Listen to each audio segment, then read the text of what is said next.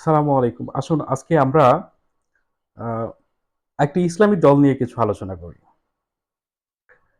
আ ইসলামী আন্দোলনের ইসলামী আন্দোলন বাংলাদেশ একটি যে দল আছে, এটা হয়তো বাংলাদেশের অধিকাংশ মানুষই জানে না। জানলেও খুবই কম সংখ্যক মানুষ জানে। কারণ এনাদের বাংলাদেশে সেভাবে প্রচার-প্রসার নেই, সেরকম লোকজন নেই। তো যাই হোক, এই আন্দোলনের মানে ইসলামী আন্দোলন বাংলাদেশ দলের যে আমির, নায়েবে আমির মোহাম্মদ ফয়জুল করিম এই শালাই হচ্ছে একটা পুরো বাটপার। দুঃখিত। এ হচ্ছে একটা পুরো ফার্স্ট ক্লাস বেয়াদব। কেন বেয়াদব বললাম? এরা হচ্ছে সবসময় যখন যে দল ক্ষমতায় থাকে সেই দলের পাঁচাটা কুত্তা হয়ে থাকে। নিজেদের শুধু স্বার্থ হাসিলের জন্য। এরা যে নাম দিয়েছে ইসলামী আন্দোলন অর্থাৎ ইসলামকে ব্যবহার করতেছে। ইসলামের কোন কাজটা এই দলের থেকে করে? বলেন তো? কয়টা ইফতার পার্টি দিয়েছে? ইফতার পার্টি দেওয়ার কথা এজন্য বললাম, হয়তো অনেকে অনেকভাবে নিতে পারেন। ইফতারের কথা এজন্য বললাম, ওই যে নাম দিয়েছে ইসলামী আন্দোলন বাংলাদেশ। এখানে যদি নামের ভিতরে দেখেন ইসলামী আন্দোলন, ওরা কি আন্দোলনটা করছে আজ পর্যন্ত? এই যে গত 17 বছর শেখ হাসিনা ক্ষমতায় থেকে গেছে একভাবে, বাংলাদেশের ক্ষতি করছে না? তো এই শেখ হাসিনার বিরুদ্ধে তারা কি আন্দোলনটা করছে? কোন ঘোড়ার ডিমটা ছিঁড়ছে তারা ফেলাইছে? হ্যাঁ? এরপরে আসে যে ইসলামী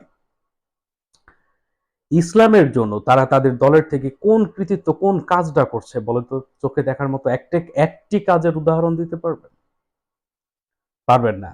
এবং এই দলের আপনার নিবন্ধন দিয়েছিল কিন্তু বিএনপির আমলে।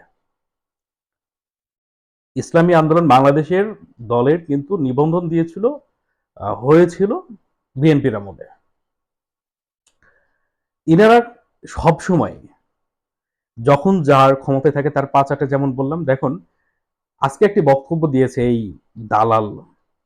উনি বারবার বলতেছে, বিশেষ করে আমি আরেকটা বিষয় নিয়ে বলি যে এই যে আন্দোলনের সাথে জড়িত 24-এর গণ আন্দোলনের, গণ অভ্যুত্থানের যে আন্দোলন হয়েছে, এই আন্দোলনের সাথে বিএনপির আপনার সম্পৃক্ততা নিয়ে সবসময় একটা কথা বলে। দেখুন আমি আপনাদেরকে আগেও বলেছি যে আন্দোলনটা হয়েছে, সেই আন্দোলনটা মানুষ মাঠে নেমেছে।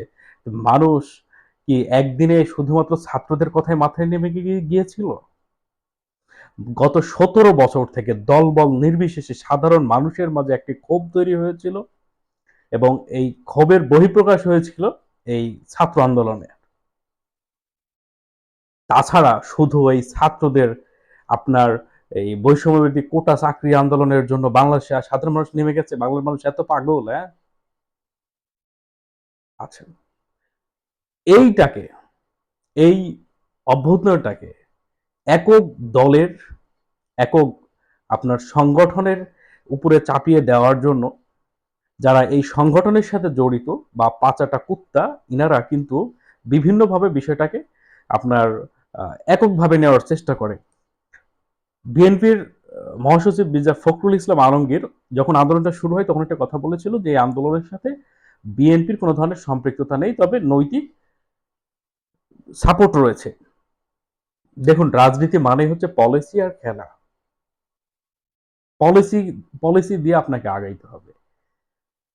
যদি এটা কিন্তু আরেকটা, তার আগে আরেকটা কথা বলি যে বাংলার একেবারে যে পাগল মানে কিছু বুঝে না, যার কোনো জ্ঞান বোধ নেই, এরকম ব্যক্তি ছাড়া দলবল নির্বিশেষে এমন কোনো ব্যক্তি নেই। এমনকি যারা এই ধরনের কথাগুলো বলে তারা নিজেরাও জানে যেগুলো হয়তো তাদের স্বার্থে বলতেছে, কিন্তু বিএনপির সম্পৃক্ততা না থাকলে এই আন্দোলন কখনোই সফল হতো না।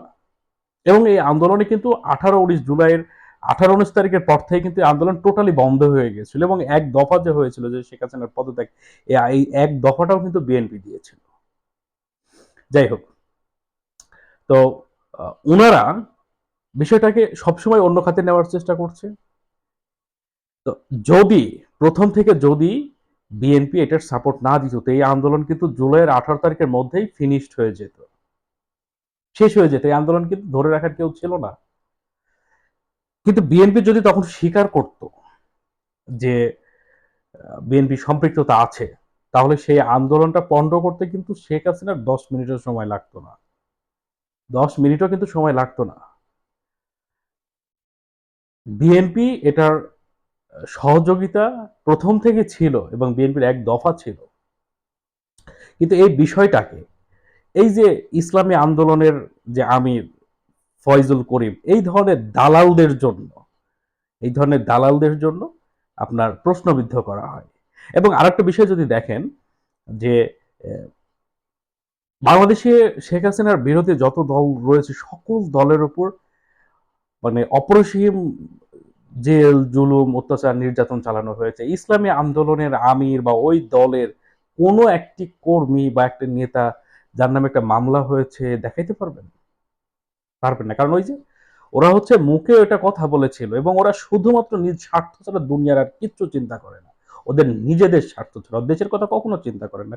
যদি দেশের কথা চিন্তা করতো তাহলে দেশ নিয়ে কি আজ পর্যন্ত কোনো একটি আন্দোলনে তারা যোগ হয়েছে, আন্দোলন করেছে, নিজের থেকে কোনো একটা আন্দোলনে ডাক দিয়েছে? দেয়নি। কিন্তু স্বার্থের কথা কেন বললাম, যখন উনি বরিশাল সিটি মেয়রের নির্বাচন করলো, তখন যখন উনি হেরে গেল, মার খাইলো, যখন মুজ দাড়ি ছিঁড়ে গেল, তখন উনি বলল হাসিনাকে সরাইতে হবে এবং ওনাকে কোনোভাবেই আপনার হাসিনাকে 24-এর নির্বাচনে আগে আসতে দেওয়া যাবে না। নির্বাচনে তত্ত্বাবধায়ক সরকার ছাড়া নির্বাচন হবে না। নির্বাচনের আগে কোনোদিন ওরে একটি বক্তব্য একটা ক্যামেরার সামনে এসে একটা কথা বলতে দেখেছেন? দেখেন নাই। এবং আপনি দেখবেন যে এই ধরনের কিছু দল আছে এবং এই ধরনের কিছু ব্যক্তি আছে যাদের কারণে বাংলাদেশের ভিতরে সবসময় অভ্যন্তরীণ কোন্দল লেগেই থাকে।